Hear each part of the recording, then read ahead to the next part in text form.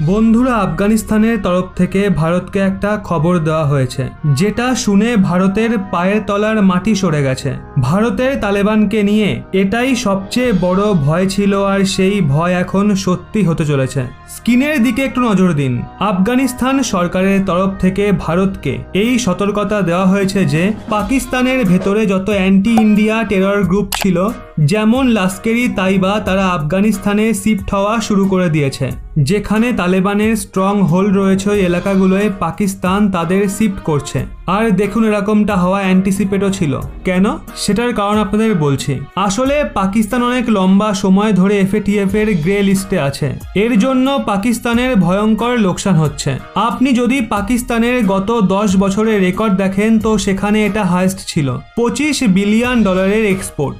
ওই বছরেই তারা 10 বছরের রেকর্ড ব্রেক করেছিল। কিন্তু যদি আপনি এটাকে ভারতের এক্সপোর্টের সঙ্গে কম্পেয়ার করেন, তাহলে এটা কোথায় রয়েছে? আসলে ভারত এক মাসে গড়ে 30 থেকে 65 বিলিয়ন ডলারের এক্সপোর্ট করে। সেখানে পাকিস্তান সমস্ত রেকর্ড ভেঙে 12 মাসে কেবল $25 বিলিয়ন এক্সপোর্ট করেছে।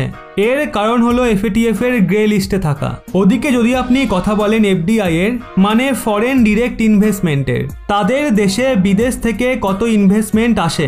যদি আপনি চীনের ইনভেস্টমেন্ট সরিয়ে দেন, তাহলে পাকিস্তানে বিদেশি ইনভেস্টমেন্ট পুরো জিরো। তাহলে আপনি বুঝতে পারছেন FATF এর গ্রে লিস্টে থাকায় পাকিস্তানের কতটা ক্ষতি হচ্ছে। তাও এটা তো গ্রে লিস্ট। যদি পাকিস্তান ব্ল্যাক লিস্টে চলে যায়, তাহলে গোটা দেশ পুরোপুরি অফিসিয়ালি ব্যানক্রাফট হয়ে যাবে।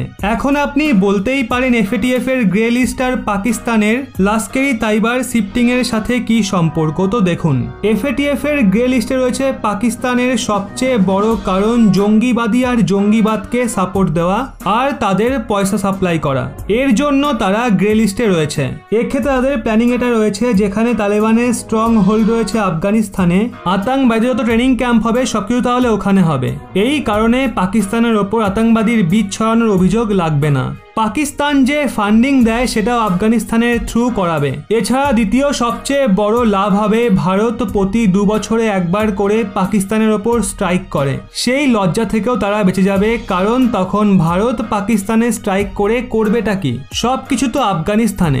পাকিস্তান তো একটা শুধু ট্রাভেল রুটের মতো কাজ করবে আতঙ্কবাদীদের জন্য। তো এর থেকে আপনি বুঝতে পারছেন পাকিস্তান এখানে দুটো ফায়দা চায়। আর এখন এটাকে নিয়ে আফগানিস্তানের সরকার ভারতকে সতর্ক করেছে, তালেবানের যে স্ট্রং হোল্ড এলাকা রয়েছে সেখানে লস্করি তাইবের মতো আতঙ্কবাদী সংগঠন, এছাড়া ওখানে জৈশ-ই মোহাম্মদের মতো টেরর অর্গানাইজেশন রয়েছে।